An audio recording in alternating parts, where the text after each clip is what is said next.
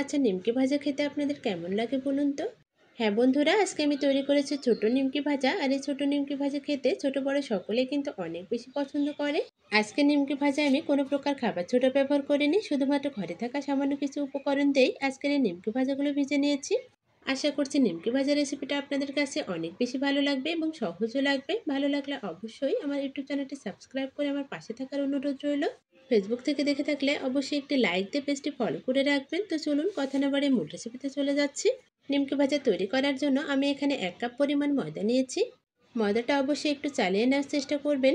নিমকি ভাজা যেহেতু খেতে একটু নোনতা হয়, তাই আমি এখানে একটু বেশি পরিমাণে লবণ দিয়ে দিয়েছি। 1 চা চামচ চিনি দিয়ে দিচ্ছি। চিনিটা দিলে নিমকি ভাজাটা অনেক বেশি ক্রিস্পি হবে। 1 চা চামচ কালো জিরা দিয়ে দিতে হবে। এবার আমাদের সবগুলো শুকনো উপকরণ খুব ভালোভাবে হাতের সাহায্যে একটু মিশিয়ে নিতে হবে। শুকনো উপকরণগুলো খুব ভালোভাবে মিশিয়ে নেওয়া হয়ে আসলে এখানে আমি 3 টেবিল চামচ পরিমাণ তেল দিয়ে দিচ্ছি। এখানে আমি রান্নার রেগুলার তেল ব্যবহার করেছি। তেলটা দেওয়ার পর এবার আমাদের হাতের সাহায্যে খুব ভালোভাবে ময়দাটার সাথে তেলটা খুব ভালোভাবে মাখিয়ে নিতে হবে। হাতের সাহায্যে ময়দাটা খুব ভালোভাবে ময়াম দিয়ে নিতে হবে। ময়ামটা ঠিকঠাকভাবে দেওয়া হলে নিমকি ভাজাগুলো অনেক বেশি মুচমুচে হবে। তাই একটু সময় নিয়ে ময়ামটা খুব ভালোভাবে দিয়ে নেওয়ার চেষ্টা করবেন।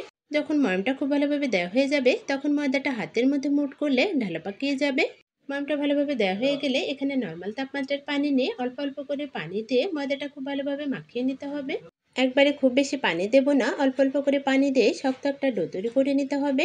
মুচমুচে নিমকি তৈরি করার জন্য ময়দাটাকে আমাদের একটু শক্ত করে মেখে নিতে হবে। ময়দার ডোটাকে যেহেতু একটু শক্তই রাখবো, তাই একটু সময় নিয়ে ময়দার ডোটাকে খুব ভালোভাবে মাখিয়ে নেব। দেখুন, আমি ময়দার ডোটা খুব ভালোভাবে মেখে নিয়েছি। মেখে নেওয়ার পর ময়দার ডোয়ের উপর অসংখ্য ফাটা ফাটা দাগ রয়েছে। শক্তভাবে ময়দার ডোটা মেখে নিলে ময়দার ডোর উপর অনেক রকম ফাটা ফাটা দাগ থাকে। আপনারা চেষ্টা করবেন ময়দার ডোটা ঠিক এরকম শক্ত রাখার।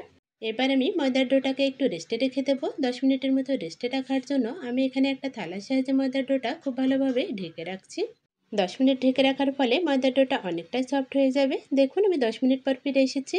আবার আমাদের কিছুক্ষণ ময়দার ডোটাকে খুব ভালোভাবে মেখে নিতে হবে।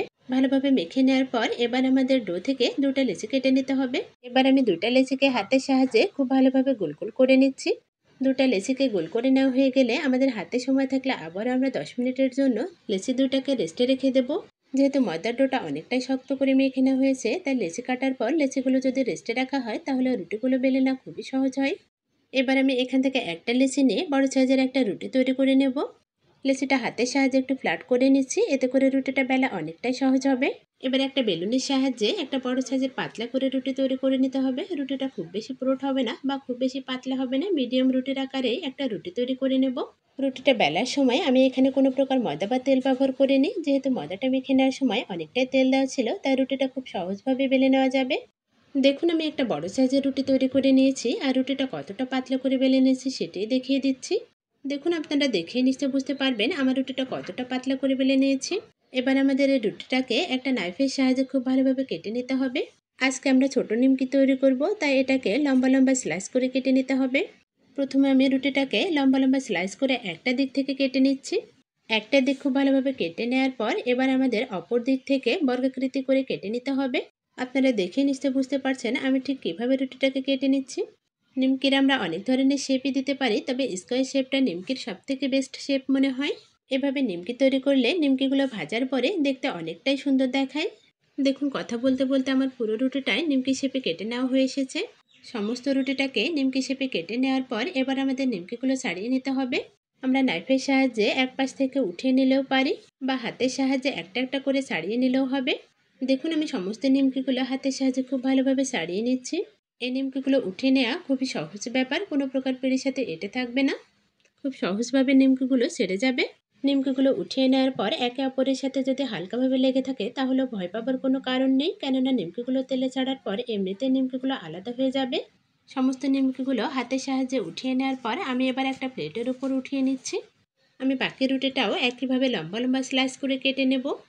ছোট ছোট নিমকি তৈরি করার সময় এই মোমেন্টটাই আমার কাছে সবথেকে বেশি ভালো লাগে। নাইফের সাহায্যে ছোট ছোট পিসগুলো কেটে নেওয়ার পর দেখতে অসম্ভব সুন্দর দেখায়। দেখুন, আমার এই রুটিটাও নিমকি শেপে কেটে নেওয়া হয়ে এসেছে। এবার আমি সমস্ত নিমকিগুলো উঠিয়ে নেব। সমস্ত নিমকিগুলো উঠিয়ে নেওয়ার পর এবার আমি নিমকিগুলো ভেজে নেব। তার জন্য একটা কড়াইতে পর্যাপ্ত পরিমাণ তেল দিয়ে দিয়েছি। তেলটা আমাদের খুব ভালোভাবে গরম করে নিতে হবে। গরম হয়েছে কিনা সেটা দেখার জন্য আমি এখানে একটা নিমকি দিয়েছি। নিমকিটা যদি সঙ্গে সঙ্গে উঠে যায় তাহলে বুঝতে হবে তেলটা আমাদের খুব ভালোভাবে গরম হয়ে এসেছে। দেখুন আমি খুব ভালোভাবে চেক করে নেওয়ার পর নিমকিগুলো ছেড়ে দিচ্ছি। নিমকিগুলো দেওয়ার পর সঙ্গে সঙ্গে তেল থেকে উঠে আসবে। নিমকিগুলো তেলে ছাড়ার সময় চুলোর আঁচটা আমাদের হাতে রাখতে হবে। তেলে ছাড়ার পর নিমকিগুলো যখন তেলের উপর ভেসে উঠবে তখন চুলোর আঁচটা আমাদের নর্মালে রাখতে হবে। খুবই অল্প আছে নিমকিগুলো আমাদের উল্টে পাল্টে লাল লাল করে ভেজে নিতে হবে। দেখুন কথা বলতে বলতে আমাদের প্রথম ব্যাচের নিমকিগুলো ভেজে নেওয়া হয়ে এসেছে। এবার আমি তেল ঝরিয়ে উঠিয়ে নিচ্ছি। আপনারা দেখে নিশ্চয়ই বুঝতে পারছেন আমাদের নিমকিগুলো কতটা পারফেক্ট হয়েছে। একইভাবে আমি বাকি নিমকিগুলো ভেজে নেব। নিমকিগুলো দেওয়ার আগে চুলোর আঁচটা বাড়িয়ে আবার তেলটাকে খুব ভালোভাবে গরম করে নিতে হবে। তেলটা খুব ভালোভাবে গরম করে নেওয়ার পর নিমকিগুলো তেলের মধ্যে ছেড়ে দিতে হবে। নিমকিগুলো যখন তেলের মধ্যে ভেসে উঠবে তখন আমাদের আবারও চুলোর আঁচটা নর্মালে রেখে নিমকিগুলো উল্টে পাল্টে লাল লাল করে ভেজে নিতে হবে। নিমকিগুলো উল্টে পাল্টে একটু সময় নিয়ে মুচমুচে করে লাল লাল করে ভেজে নিতে হবে। দেখুন আমার এবারের নিমকিগুলো লাল লাল করে ভেজে নেওয়া হয়ে এসেছে। এবার আমি নিমকিগুলো উঠিয়ে নিচ্ছি। মুচমুচে স্বাদের এই নিমকি ভাজাগুলো দেখতে যতটা না সুন্দর, খেতে কিন্তু তার থেকে অনেক বেশি মজার। আসছে বর্ষা মৌসুমে এরকম নিমকি ভাজা করে আমরা ঘরে সংরক্ষণ করতে পারি। বৃষ্টির দিনে বসে বসে যখন আমাদের কোনো কিছু করাতে থাকবে না তখন আমাদের অনেক কিছু খেতে মন চাইবে, তখন কিন্তু আমরা এইভাবে নিমকি ভাজা তৈরি করে রাখলে অনায়াসে নিমকি ভাজাগুলো খুব মজা করে খেতে পারি।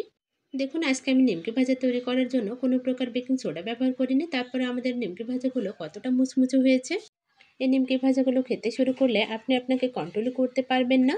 নিমকি ভাজা একবার খেতে শুরু করলে আপনি কখনোই থামতে চাইবেন না, মন চাইবে সমস্ত নিমকি ভাজা যেন একাই খেয়ে ফেলি। আশা করছি আজকের এই নিমকি ভাজা রেসিপিটা আপনাদের কাছে অনেক বেশি ভালো লেগেছে। ভালো লাগলে অবশ্যই আমার ইউটিউব চ্যানেলটি সাবস্ক্রাইব করে আমার পাশে থাকার অনুরোধ রইল। ফেসবুক থেকে দেখে থাকলে অবশ্যই আমার পেজটি ফলো করে রাখবেন। আজকের মতো এখানেই বিদায় নিচ্ছি। সবাই ভালো থাকবেন, সুস্থ থাকবেন, সবার জন্য অনেক বেশি দোয়া করবেন। আল্লাহ হাফেজ।